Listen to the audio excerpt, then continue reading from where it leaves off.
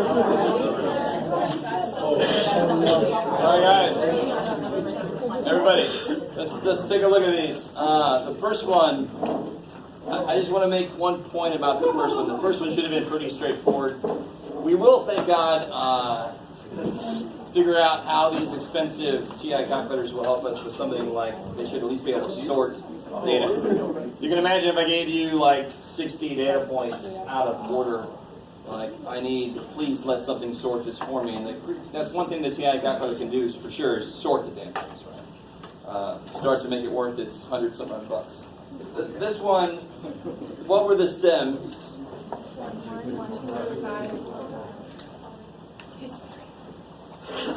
And different from the frequency table that I made, a stem and leaf plot cannot have any skipped numbers. So if there were no numbers in the 40s, I would still put a 4 there. It's just that next to it, it would be blank.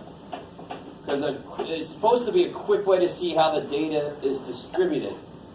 So if there were no 40s or 50s or 60s or 70s, but there was an 80-something, I want to see that it's like, there's a whole bunch of numbers, and then there's one way over here. I want to see that it's way over there, because then it's what we call an outlier. Right? Whenever I say outlier, I always think about this movie called Children of the Corn. Outlander. No. Oh, here. There you go. Okay. Outlander. So here, I'm not going to do the entire thing, but I mean, you just start to put in there all your ones. Let's see, 16. Is that the only one? Or a little one. And then 2 looks to be 22 and 23. Is that right? And then so 25. I like blah, blah, blah, blah. So as long as you can see, they should have been able to do these. Right? You can kind of count them at the end. Make sure you didn't lose anybody. Somebody give me what their key is. 116. Means 16. I like it. Sweet. So just don't leave that out. You got to tell me how to read that. Because whoever's going to see this, normally they wouldn't see the whole list of data. This is just the way you chose to show them the data. So you have to give them a way to read it. Now, number 2, if you do it the same way we did number 1, it would just be 4 or 5. But I said I want you to come up with a way that doesn't just use 2 rows. And do you guys understand why that would be? I would have this long list next to 4, long list next to 5. It doesn't have good enough resolution. It doesn't break it down well enough to see how things are distributed. So I think by this point, hopefully everybody has ended up understanding the idea. 4, 4, 5, 5. This will be the lower 4s, 4.0 to 4.4. The next 4 is 4.5 to 4.9. That's relative to that rounding hint that I gave. Admittedly, not the best hint, but I mean, I almost can't give you a hint without just telling you how to do it. And these kind of group work things, I will tell you ahead of time if it's something I'm collecting grade. If I'm not going to grade it, just try something. Who cares, right? It's better than just, I love it. I always joke when I'm trying to find something. I look in one place and I'm like, well, I looked everywhere. I can't find it. So the people that are like, well, I tried one thing, screw it. What the hell? Try something. Gives me some suggestions. I'll try to help you get there closer, but try something. So this would be, oh crap, do I know what? So let's see, 4.0. Like 0, 0, 2. 5. Now down here would be 5. 5, 6, 8, 9. I love you guys. 0, 0, 1, 1, 2, 3, 3, 4, 4, 4. Only 3 4s. You just got stuck. You got stuck in it. And then 5.5, 5, 7, 8. 5, 7, 8? Yep. Now that is much better resolution than if you just had big row of 4s, big row of 5s. Now that almost looks normal. Very roughly normal. It doesn't go up and then come back down. Like not perfectly normal anywhere near, but it does go up and come back down. Maybe if it took a larger sample, it would actually be much better normal. Who knows? We'd have to take a larger sample. And the idea of normal is huge, and by the time you get through chapter 6 and 7, you will completely understand why the idea of normal is a big thing to know about. If I know it's normally distributed, I know a lot about it. If I don't know it's normal, I don't know shit. No shit. All right, so we'll get to that point where we really see where that's how that affects what we do. And I admit, yeah, sure, this is not graded. I don't care. Give me anything. Number 3, I didn't tell you what class meant. I didn't tell you any of that. The first one you should have been able to tease out from that example I did earlier. How tall is that first bar, though? Beautiful, right? I don't mean it to be a tricky thing. It's just the way it kind of came out. So this is definitely not 12 because it's not a full tick mark up. So how many total people were there? 20. So 11, 6, 2, 1, 20. I like it. How many classes are there? And I love that people are like, what the hell's a class? And I said, what's your gut tell you? Yeah, there's 6 classes. The minute we leave this classroom, is it not a classroom just because nobody's in it? So I break the people up, and instead of calling them groups, we call them classes. Those are empty classes. They're not... But they might as well count afterwards. All the empty classes after that. How do you mean? So there's still classes. See, you just call them empty classes. So how many classes are there? There are 4 classes that have people in them, and 2 that don't, which is a total of 6 classes. I love it. I love it when you make my point for me. And then the class width, I'm hoping once you realize the classes are the bars, then how wide is each bar? 20. Gotta love this shit. It's just a coincidence there that these are the same, alright? Please understand it. Yes, sir. Yeah, cool, 20. But like, how is there a way do I say 20 class width? Like, is there a proper way to say 20 is the class width? Like 20 weeks? Yeah, that's the one. Yeah. You could put. I don't know, man. I just like. Is there like a clean way of writing that without using 4 words? 20, bro. 20 20. is the... I don't know. So, if you wanted to describe, if it wasn't a question like, if I just said, tell me what you can see about this graph, and he said, well, I can see that the class width is 20. There you go. There's no, the units don't have to be put on there necessarily when you're discussing class width. It's when you're giving me individual values, you have to put the units on there to make sense. But the class width of this is 20. I like it. I like it. So now I use what I know from part A is going to come into play in part C. How many people does a bottle of shampoo last long? At least 40 weeks. Yeah, at least 40 weeks means 40 or more. Right? So that'll be 3 people that'll last at least 40 weeks. 3 out of 20 people. Multiply by 5, make it out 100, 15%.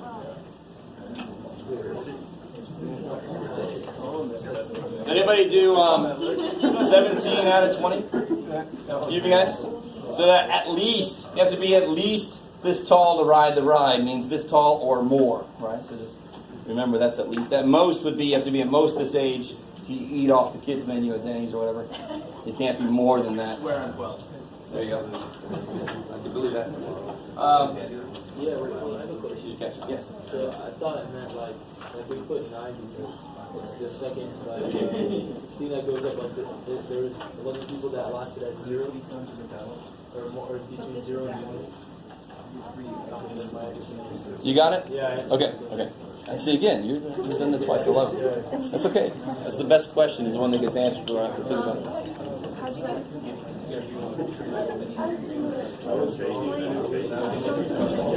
Wait, guys, pull up. What's up? Oh, okay. So how many people are in that first group here? 11. And then 6, and then 2, and then 1, add them up. That's how many people were in my sample. Because I can see how they fell on the picture. Does that make sense? Okay. If I would have given you relative frequency, you wouldn't have had a clue. There wouldn't have been enough information to answer that because you have to say what total. You have to tell me the total to figure out how many is in each group. But I gave you the frequency, so you know exactly how many are in each group. Maybe. I like to give this out and have you tease out some of these answers yourself, because the next thing we're going to do would be to create one of these from a list of data. So you analyzing it this way kind of prepares you for the kind of work you'll have to do to create one from scratch yourself. Or you'll see. Okay. All right, so that is section 2.1, leading into 2.2 a little bit. I don't really focus on line graphs. And bar graphs, you should kind of know the man and woman thing. So the homework for section 2.1 is going to focus more on stem and leaf plots, stem and leaf graphs. Section 2.2, I'm just going to do a little bit out of there, and then I'm going to let us out, a little early so we can do our tour.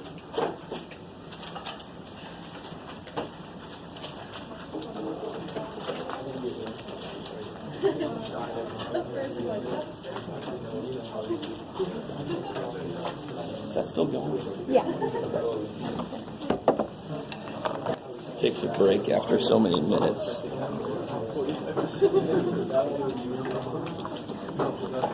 Yeah. Yep. For mine, on number 2, or 4, 5, 5, I did 1, 2, 3, 4, and labeled it on a key. What 1, 2, 3, and 4. Oh, I see. I think that's not technically the right format, so, yeah.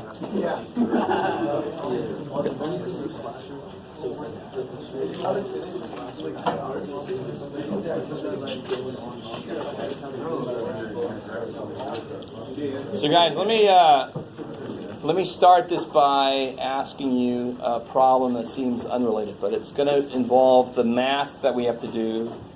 Remember the thing about the bars represented the classes, and then how wide they were, obviously was their width, but I had to be able to make sure that all my bars together covered all of my data.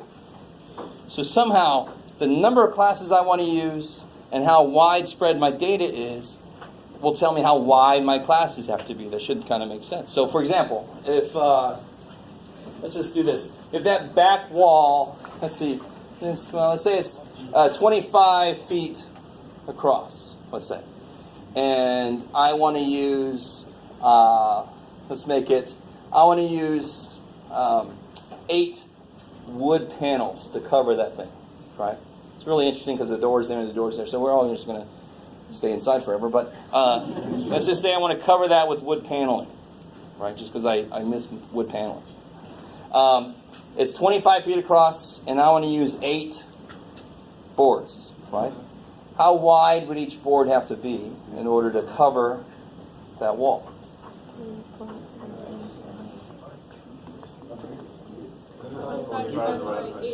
It's basically 25 divided by 8. Now, of course, physically we'd have to, we either have to cut them to very precise lengths, or I could cut 4 of them to exactly something, and then the last one I can cut off a little bit. So how does this relate to representing data in a histogram? Well, let's do this. Let's say I've got this data. Let me give you some data that's already in order, so the sorting is not the issue.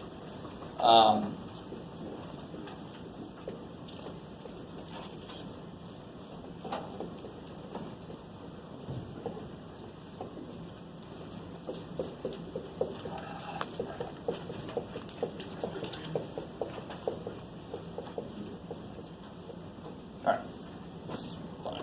Let's see, 1, 2, 3, 4, 6. Sure.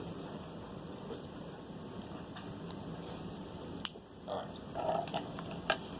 So how far do my classes, how far do they have to cover? How much of a range do they have to cover? My data ranges how far? What do you think? I haven't even told you what this is yet, but what do you think? How far does my data range? Ranges from what to what? 49. Now, so the range is a number. How long is that? What you just told me. How far is that?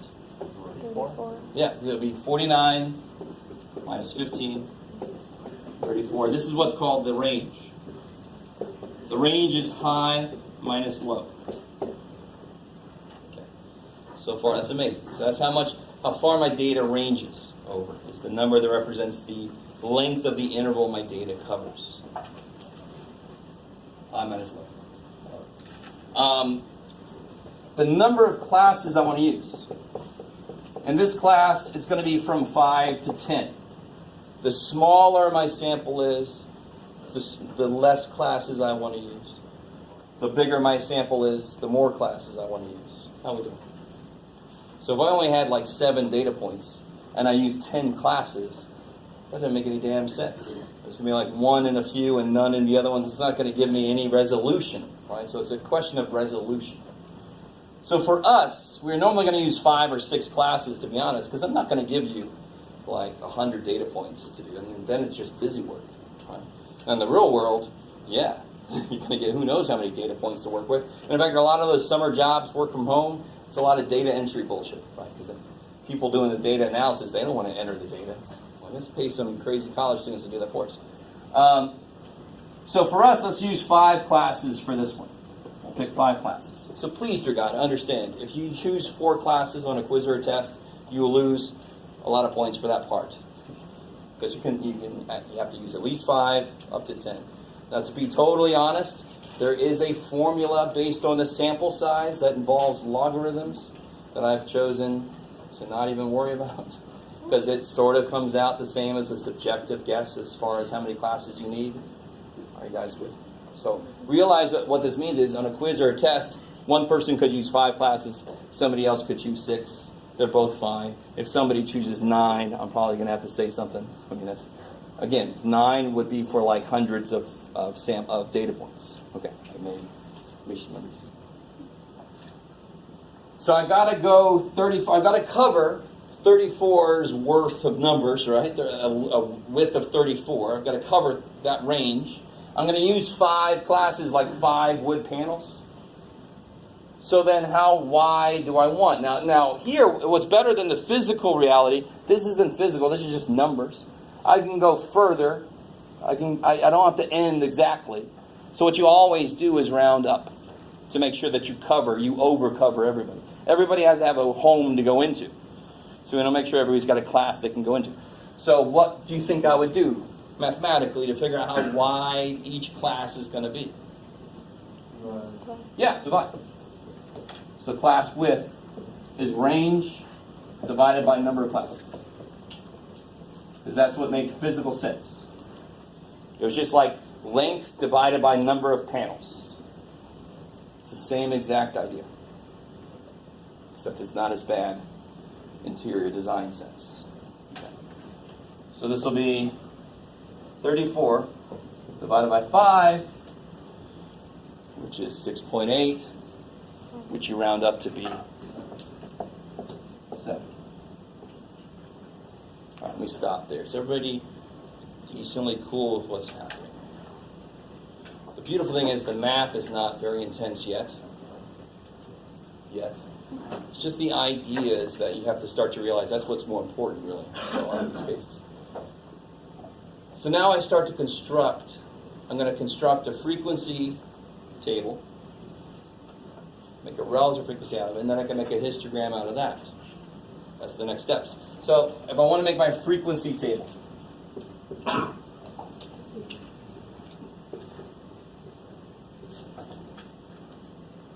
now here's where things get interesting. Let me actually move this over a little bit so I can talk more about this. Everybody's got this here. Hopefully you did.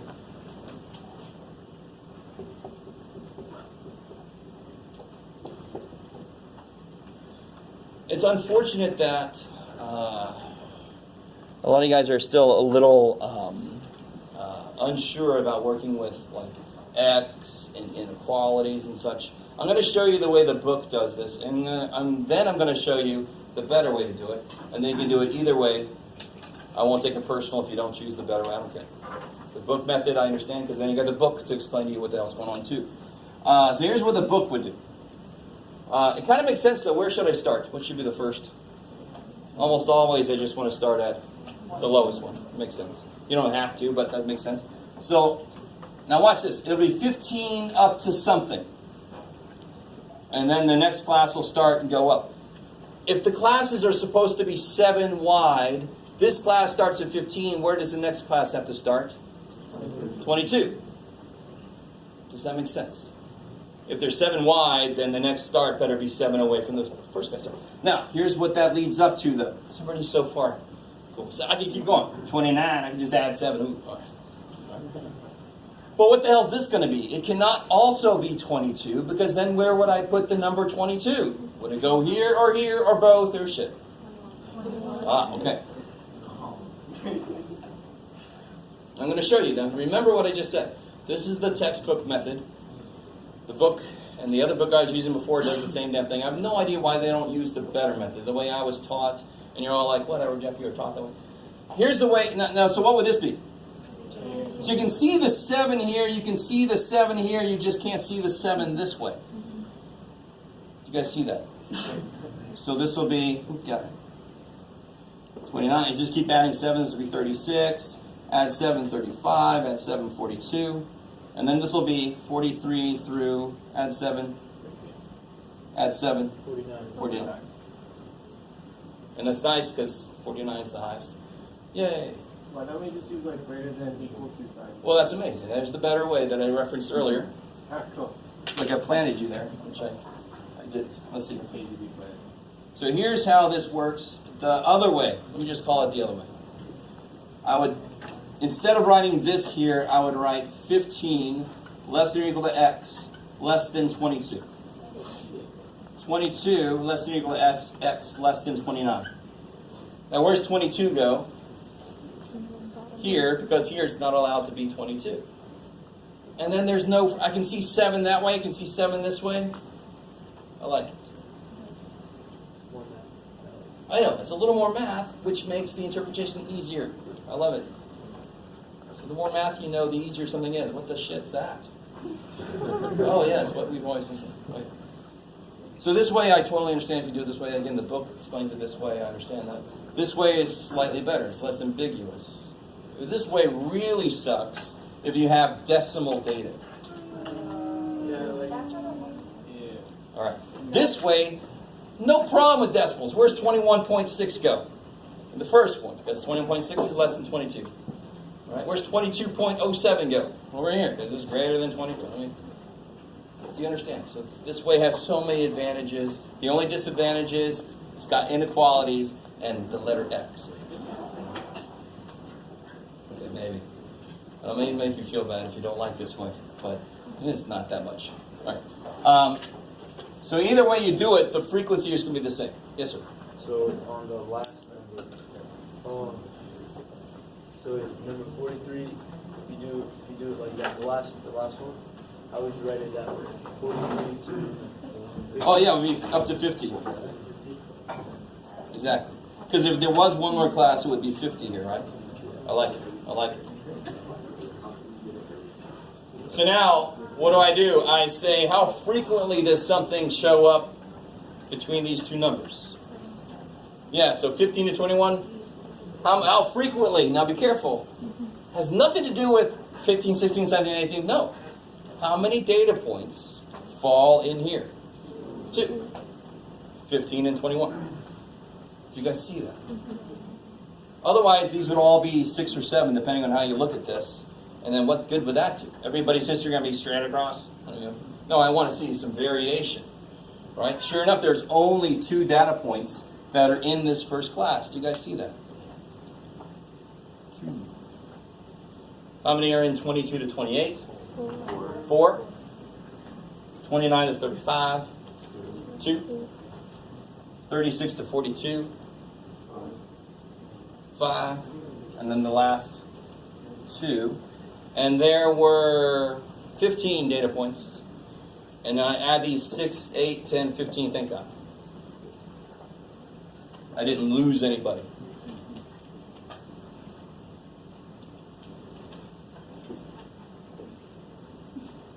All right. Some of you guys look nervous, anxious. It's the first time we're doing this, so, you know. Yeah. Let's see. If I wanted to make relative frequency, how would I do that? Yeah, so each one just divide by 15. 2 divided by 15. 5 divided by 15 is nice.